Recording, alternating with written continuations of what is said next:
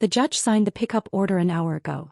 If you take one step towards that resort, I will call 911 and have you involuntarily committed to a psych ward for 72 hours. My father didn't say hello. He just shoved a thick packet of court documents at my chest. I used that security footage of you shouting at Preston, he said calmly. Edited, of course. To the court, you look unstable. So here is your choice. Take this one-way ticket to Nebraska, or spend the weekend in a lockdown facility. You are invisible, Selena. Do you understand? Drop a comment and let me know where you're listening from and what time it is for you right now. Have you ever had a family member weaponize the law just to control you? I want to hear your story. I didn't cry. I didn't pack a bag. I turned the deadbolt and listened to his footsteps fade down the driveway. Dale Bennett thought he was intimidating a rebellious daughter. He forgot he was threatening a woman who hunts asset concealment for a living. I sat at my desk and opened my laptop. My hands weren't shaking anymore. They were steady. For 5 years I've been a forensic accountant for high-stakes corporate divorces. I find the money husbands hide in offshore shells. I find the assets CEOs bury before a merger. My father thought he could erase me with a legal threat, but all he did was hand me a subpoena for my own life. I didn't call the police. Not yet. That's amateur. Instead, I logged into the one database I hadn't checked in years. My own credit history. I bypassed the standard summary and went straight to the archived liabilities. I needed to know why. Why no? Why was a simple engagement party worth a felony kidnapping charge? The answer flashed on the screen in red text. A $50,000 line of credit opened 12 years ago. I stared at the date. I was 16 when that loan originated. I couldn't have signed for it. I clicked the PDF of the original application. There was my name, scrawled in a handwriting that looked suspiciously like my mother's. They had used my social security number to take out a high-interest business loan before I was even old enough to vote.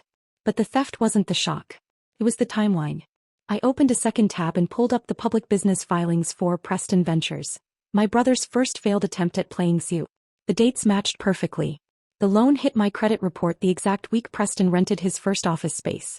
I looked at the glowing numbers and finally understood the architecture of my family. They didn't hate me. It was colder than that. It was just economics. To Dale and Brenda, children aren't people. They are asset classes. Preston was the high-risk, high-reward startup. The volatile stock they kept dumping capital into, praying he would eventually pay off. Me. I was the liquid asset. The emergency fund.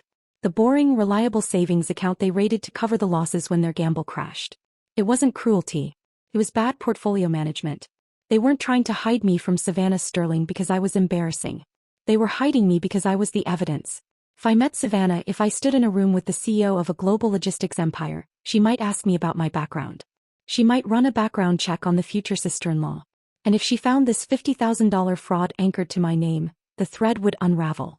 She would see that the wealthy Bennett family was funded by identity theft and bad debt. My father was ready to lock me in a psych ward not to save his reputation, but to save his investment. I closed the laptop. The fear was gone, replaced by a cold, humming precision. They wanted me to be invisible. Fine. I would be the ghost in their machine. But they made one critical miscalculation. They assumed I was still the victim. They didn't know that 48 hours ago, the person they were trying to defraud had already handed me the keys to the castle. To understand the sheer suicidal stupidity of my father's threat, you have to go back 48 hours. I wasn't in Nebraska. I was sitting in a corner office on the 42nd floor of the Sterling Logistics headquarters in downtown Chicago. The room smelled like espresso and ozone. Across the desk sat Savannah Sterling, the woman my brother was supposed to marry in 3 days. She didn't look like a blushing bride. She looked like a CEO who had just found a discrepancy in the shipping manifest. My fiancé's financials are perfect, she said, sliding a tablet across the black glass desk. Too perfect. His startup, Preston Ventures, claims a 400% return in the third quarter. In this market? That's not growth. That's alchemy. She leaned forward, her eyes sharp. I'm not signing a merger agreement with a ghost, Ms. Vance. I need a blind audit. I need you to find the rot before I walk down that aisle. She had no idea she was speaking to the groom's sister. 5 years ago I walked into a courthouse and paid $200 to legally change my name. Selena Bennett, the girl with the ruined credit score and the desperate need for approval, ceased to exist. In her place I built Selena Vance, named after the only grandmother who ever slipped me a $20 bill without asking for change. I scrubbed my social media. I moved cities. I built a reputation as the forensic accountant you hire when you want to put someone in prison, not just divorce them. To Savannah, I was just a highly recommended consultant from an external agency. To my parents, I was a ghost they thought they had exorcised. I picked up the tablet. The first name on the dossier was Preston Bennett. My pulse didn't jump. My hand didn't shake. I've trained myself to treat adrenaline like background noise. I scrolled through the summary. It was a masterpiece of fiction. Inflated assets, projected earnings listed as cash in hand, and a list of angel investors that I knew for a fact were just post office boxes in Delaware. Can you do it? Savannah asked. The engagement signing is Saturday. I need a verdict by then. The irony was suffocating. At that exact moment, my father was probably drafting his speech about family values and trust. He was terrified I would crash the party in a cheap dress and say something awkward. He didn't realize that the danger wasn't my social skills.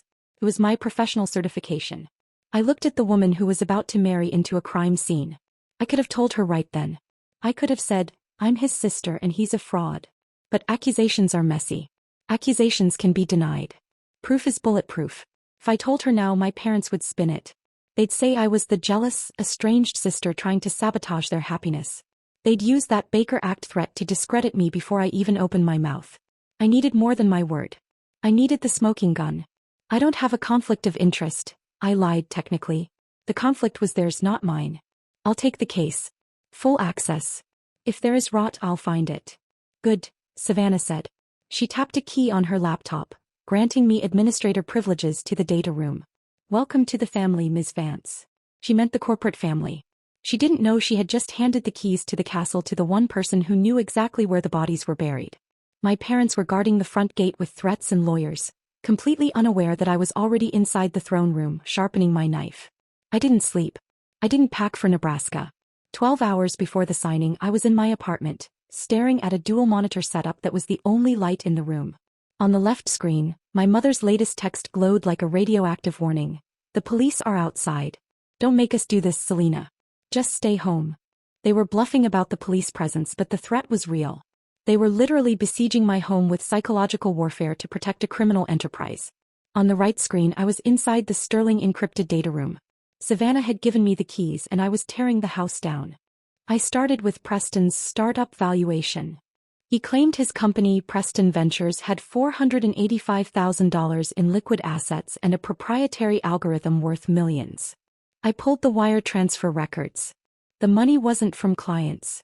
It was a classic churn and burn. The $485,000 had moved through 4 different accounts in 3 days.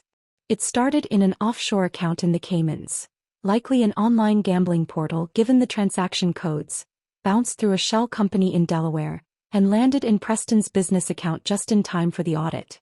It wasn't profit. It was a loan from a shark, or worse, stolen funds from his previous employer. I ran a vendor verification script. The invoices he submitted for server maintenance and consulting fees were all paid to companies that didn't exist. No websites. No tax IDs. Just post office boxes in strip malls. He was embezzling money from his investors to pay off his gambling debts, then using the fake invoices to claim business expenses. But the smoking gun wasn't the money. It was the metadata. I downloaded the PDF financial statements Preston had sent to Savannah's team. To the naked eye, they looked like standard bank printouts. But digital files have fingerprints. I ran them through a metadata scraper. The author field didn't say Bank of America. It said Dale Bennett. The creation time was 3:14 in the morning yesterday. My father hadn't just co-signed a loan. He was the architect. He was up at 3 in the morning, editing PDFs in Adobe Acrobat, deleting liabilities and pasting in fake balances to cover his son's crimes. He was covering a $485,000 deficit with a cut-and-paste job. My phone buzzed again. This time it was a photo from my mother. It was a picture of my suitcase sitting on their porch. "We packed for you," the caption read. "Just get in the car." The audacity was breathtaking. They were treating me like a recalcitrant child while they committed federal wire fraud. They thought they were protecting the family name. They didn't realize they were documenting their own intent to defraud a billion-dollar company. I saved the metadata report. I saved the text messages. I saved the wire transfer logs. I didn't send them to Savannah yet. An email could be deleted. An email could be explained away as a clerical error. I needed them to commit to the lie. I needed Preston to look Savannah in the eye and sign his name to a felony. I checked the time. 6 hours until the meeting. I brewed a fresh pot of coffee. I wasn't going to Nebraska. I was going to war. The closing room, at Sterling headquarters, was designed to intimidate. Floor-to-ceiling glass, polished mahogany that cost more than my car, and air conditioning set to a temperature that felt like a courtroom. It was quiet. The kind of quiet where millions of dollars change hands without a sound. I wasn't at the table. I was sitting in the adjacent A/V control room, watching through the one-way mirror. The sound feed was crystal clear. I could hear the click of Preston's pen as he fidgeted. I could hear the rustle of my mother's silk blouse. Savannah sat at the head of the table, flanked by 2 junior lawyers. Opposite her sat my family: Preston, Dale, and Brenda. They looked like they had won the lottery. My father was leaning back, confident, already spending the merger money in his head. My mother was smiling, that tight, practice smile she used for church potlucks. Preston looked nervous but greedy. He kept checking his phone, probably waiting for the wire transfer to clear his debts before the sharks came calling. They thought I was on a plane to Omaha. They thought the threat had worked. Preston slid the iPad across the mahogany surface. "Just need your signature to merge the accounts, babe," he said, flashing that easy, charming grin that had fooled investors for years. "The valuation is all there. Clean as a whistle." Savannah picked up the stylus. She hovered it over the screen. My heart hammered against my ribs. This was it. The point of no return. I pressed the button on my headset, speaking directly into the tiny earpiece Savannah was wearing under her hair. "Wait," I said. "Don't sign. Ask him to email the final version to your secure server first. We need a digital timestamp." Savannah froze. She set the stylus down. The smile on Preston's face faltered. "Actually," Savannah said, her voice smooth and professional, "Preston, email the final PDF to me right now. I want a time-stamped digital copy for the board before I sign anything. Just protocol." Preston hesitated. He glanced at Dale. A flicker of panic crossed my father's eyes, but he nodded. It was a reasonable request. They couldn't refuse without looking suspicious. "Sure," Preston said. He tapped on his laptop. "Sending it now." I watched him. I watched his finger hover over the send button. In that moment, time seemed to stretch. I could have stopped him. I could have burst into the room and shouted the truth. I could have saved him from a federal indictment. He was my brother. We had shared bunk beds. We had played in the same backyard. But saving a predator from the consequences of his hunger is just feeding him. If I stopped him now, he would just find another victim. Another fiancé. Another scam. He wouldn't learn, he would just get better at hiding it. I let him press the button. The email landed in the Sterling server. The trap snapped shut. The moment that file crossed the server, the lie stopped being a domestic dispute. It became wire fraud. It became a felony with a mandatory minimum sentence. He had just signed his own warrant. It wasn't cruelty. It was the physics of justice. The notification sound from Savannah's tablet was soft, a polite ding that echoed like a gunshot in the silent room. "It's here," Savannah whispered, staring at the screen. I pushed through the heavy oak doors. The latch snapped shut behind me and every head turned. Dale, Brenda, Preston. Confusion flickered. Then panic. Dale shot to his feet, his chair crashing backward. "What is she doing here?" he barked at Savannah. "She's unstable." I ignored him and walked to the table. "You just committed wire fraud, Preston. Federal charges." Before Preston could speak, Dale slammed a packet of court papers onto the table. "She's having a psychotic break. That's a signed court order. He hacked your system. She's been stalking him. I'm calling the police." He dialed, voice shaking with fury. The lawyers backed away. Savannah hesitated, and that terrified me more than the threat of arrest. While Dale shouted into the phone, I stepped to the console and pulled a USB drive from my pocket. The screen lit up with raw data. "Keep them on the line," I said calmly. "You'll need them." I split the display. Left, Preston's financial statement. $485,000 in reserves. Right, live bank verification. The balance loaded, -$4. I zoomed in. Helvetica is the bank's font. Preston used Arial. He pasted fake numbers over a massive deficit. Silence crushed the room. Dale tried again. She forged this. And here's the motive. I opened another file. A $50,000 loan taken out in my name. My social security number. Your IP address, Dad. You stole my identity and tried to have me institutionalized to hide it.